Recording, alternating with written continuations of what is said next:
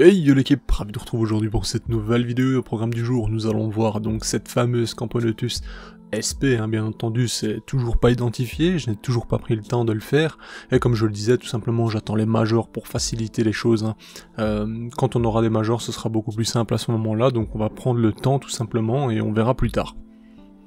Alors comme vous le voyez, ça se développe vraiment bien, c'est une espèce qui, je peux dire, se développe assez rapidement, parce que, on le remarque, on a déjà pas mal d'ouvrières, on a de nouveau un très gros couvain, franchement c'est...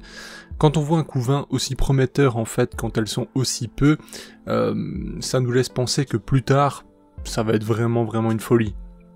Alors quelle est cette espèce? Aucune idée, cependant vous voyez elle a une petite larve et un œuf justement sur son dos, c'est plutôt marrant. Auparavant vous l'aviez vu, elle avait toujours ses ailes, donc c'est assez rare, cependant dans ce tube elle avait du mal à tourner avec la rigidité de ses ailes justement, donc les ouvrières lui ont arraché en partie, pour la laisser justement gambader facilement. Si elle les aurait arrachées elle-même, elle les aurait arrachées directement à la base, donc voilà. Personnellement ça ne change rien pour moi, c'est un peu dommage parce que je vous avoue qu'elle avait un flow avec ses ailes, bon là elle a toujours des ailes mais un peu cassées, c'est tout de suite moins beau, mais bref, c'est vraiment un détail. Actuellement elles sont dans un tube donc qui est en plastique, le tube de transport dans lequel je les ai reçus. Je trouve que le tube en plastique parfois c'est pas mal, franchement ça transmet la chaleur d'une manière différente et ça la garde d'une manière différente que le verre surtout. Et je sais pas, j'ai l'impression que j'ai toujours de bons résultats avec un tube en plastique, contrairement à un tube en verre, sur plusieurs de mes fondations. Donc ouais, ça me plaît plutôt bien, franchement. Alors ici, voilà, un petit nourrissage comme souvent, en vrai, pas vous mentir, mais du coup c'était l'occasion de les filmer pendant ce temps-là, elles vont toutes se gaver, et tout de même essayer de faire des trophallaxies par la suite, justement, alors qu'elles sont déjà toutes pleines. Donc ça, au final, ça m'a fait rire, parce que je me dis, elles sont déjà gavées comme jamais, et elles cherchent encore à faire des trophallaxies, bref.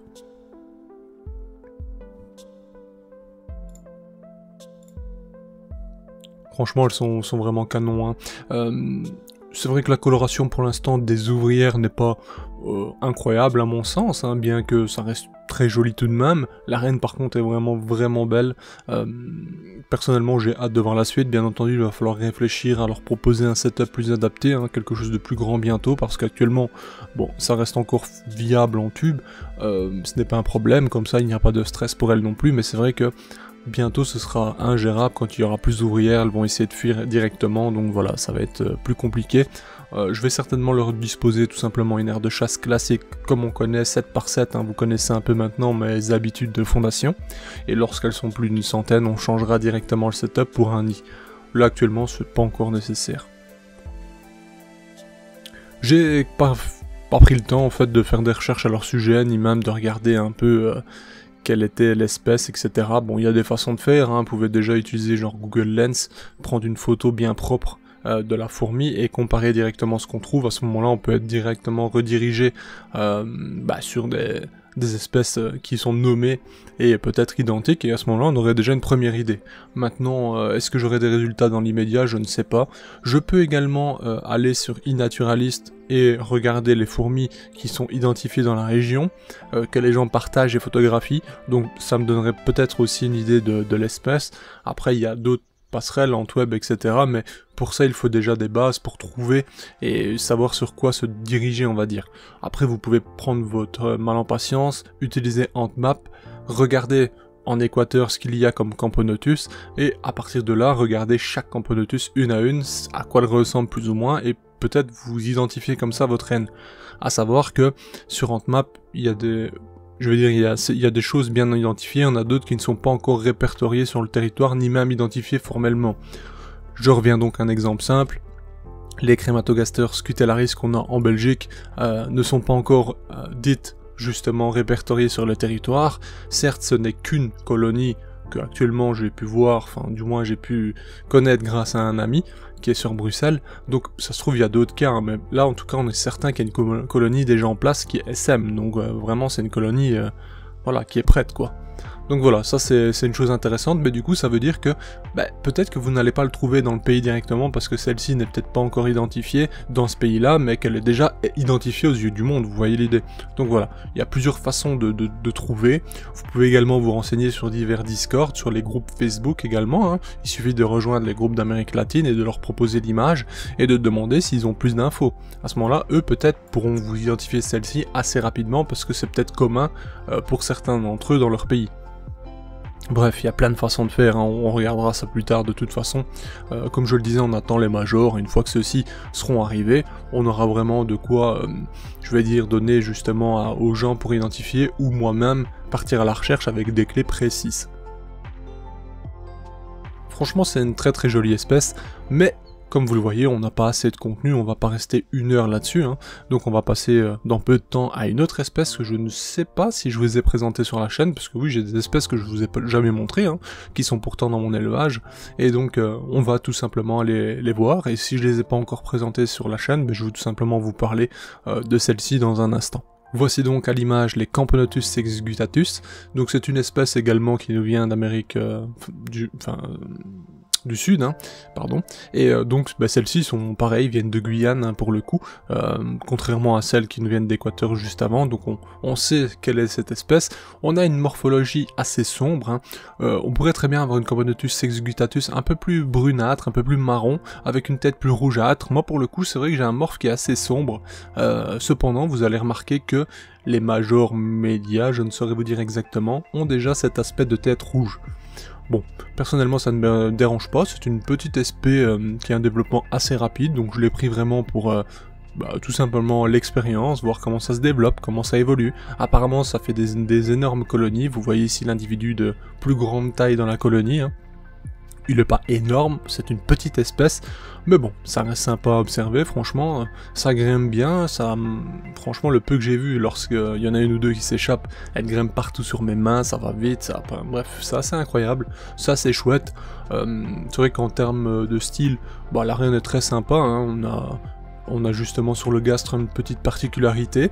On a une tête également avec, là on le voit notamment là, la partie des mandibules qui est un peu plus rougeâtre. Donc on verra plus tard ce que ça donne vraiment sur les ouvrières, hein, comment cette colonie se développe. Bon voilà, vous savez que j'aime franchement bien les espèces d'Amérique du Sud, il y en a vraiment pas mal d'intéressantes, et donc dès que j'ai l'occasion d'en prendre une, si ce n'est pas trop cher, parce que bien entendu je vais pas mettre des 100 € pour une espèce toute noire, hein, à ce moment-là je saisis l'opportunité. Là on le voit, hein, elles ont bien mangé directement. Pardon. Et directement, c'est comme toutes les espèces, hein, il y en a certaines, dès qu'il y a du sucre à disposition, elles se gavent à une vitesse, c'est impressionnant. Dans ma mémoire, je ne pense pas que je vous l'ai présenté sur la chaîne, alors je pourrais vérifier, hein, je pourrais tout simplement consulter si j'ai déjà inscrit celle-ci quelque part, mais je pense pas.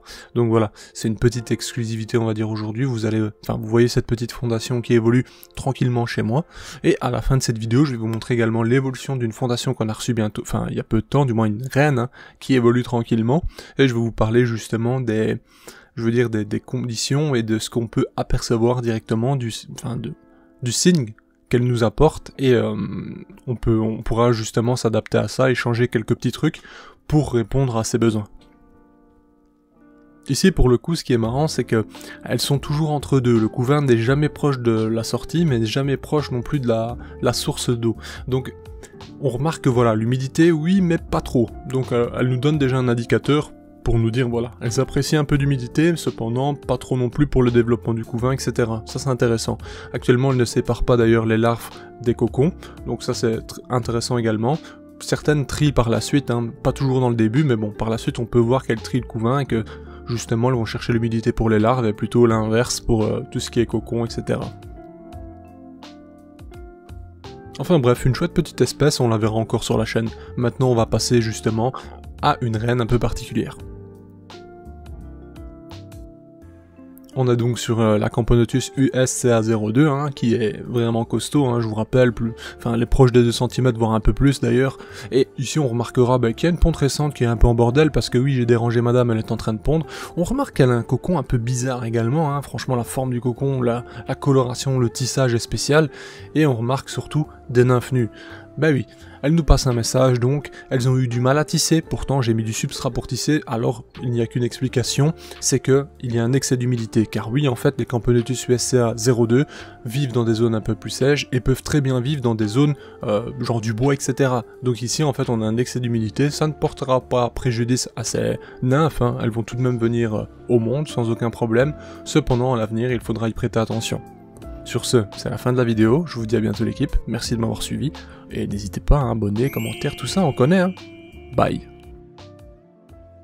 Hey, si toi aussi tu as apprécié la vidéo, n'oublie pas de t'abonner, de laisser un like, voire un commentaire, ou même de nous suivre sur les réseaux.